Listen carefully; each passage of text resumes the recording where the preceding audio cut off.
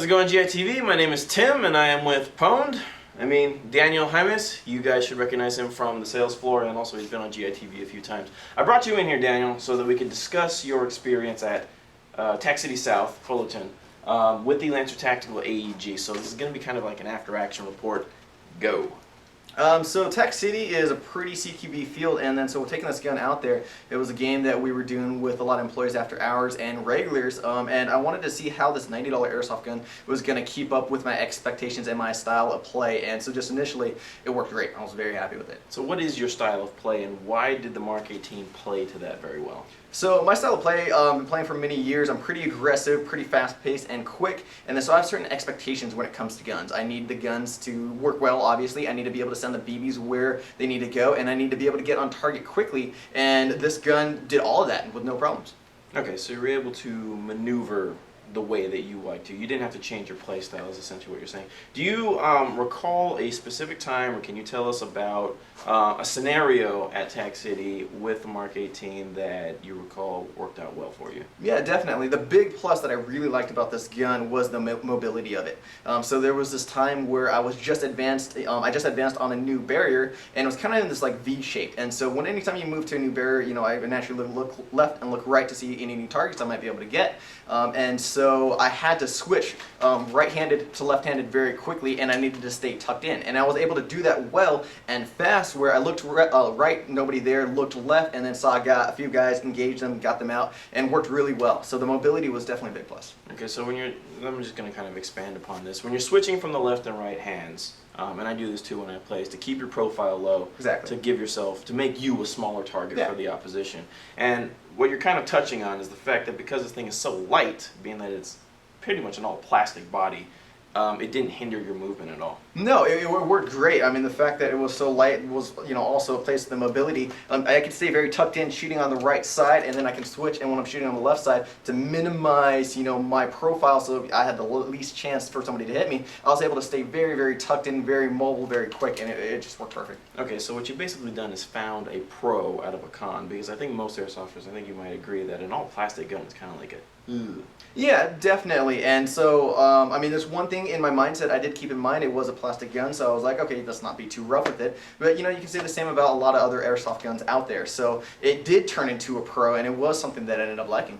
Okay, so that's pretty much covers the exteriors. I mean, the plastic, they're not that bad. It pretty much holds everything together. Oh, yeah. Well enough. No, nothing was falling apart or anything like that. Internally, did you have any problems? Because that's really the main selling point about this gun. It has a version 2 gearbox that's completely metal. And it's backwards compatible with Tokyo Marui upgrades. So we downgraded this gun to meet Tac City's FPS requirements.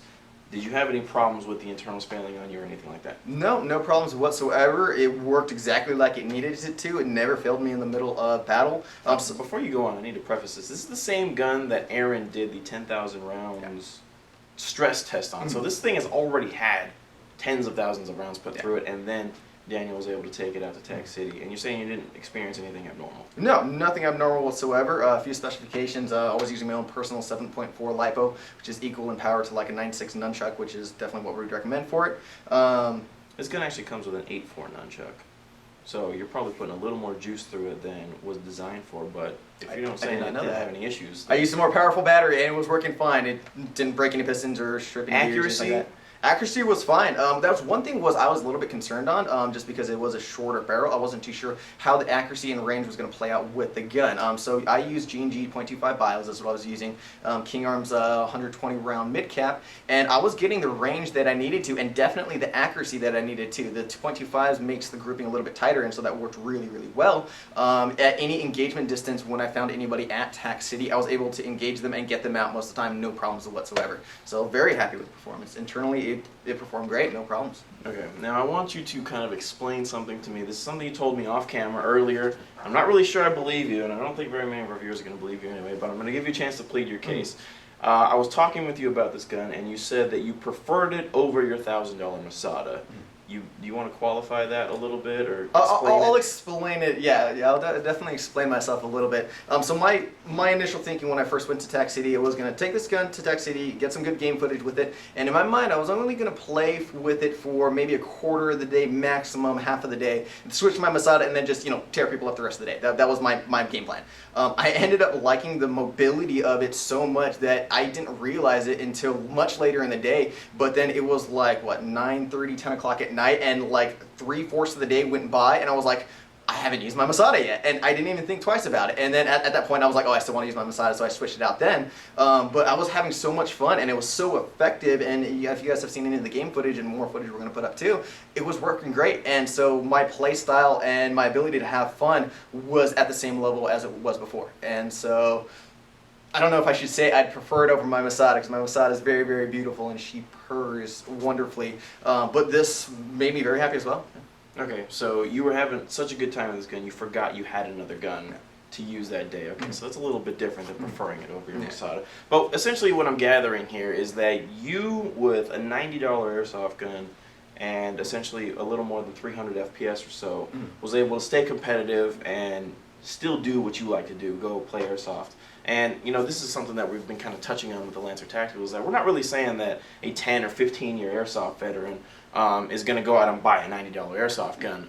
You've got pretty much have your own ways set. I mean, I know I do. I'm sure you do too. But this gun is going to open up a lot of avenues for new players, or somebody that does want to play airsoft that doesn't have the budget to spend a whole lot of money. And so this is going to get you out on the field, and this proves, I mean, Daniel took us out, you can be competitive with this gun right out of the box. Would you agree? Oh yeah, absolutely. A lot of the times, back in my day, I'd had to spend, $200, $300, $400 just to get in to start playing airsoft. So now this makes airsoft accessible to a lot more people, where you don't have to drop $300, $400 to play.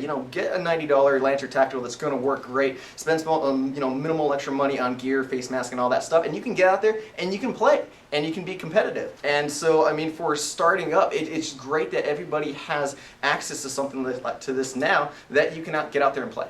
Excellent. I couldn't have said it better myself. Thank you for coming in, Daniel. You definitely opened our eyes a little bit. Yeah.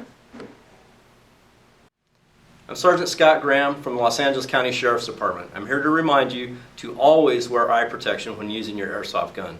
Airsoft is a lot of fun, but it's not worth losing an eye.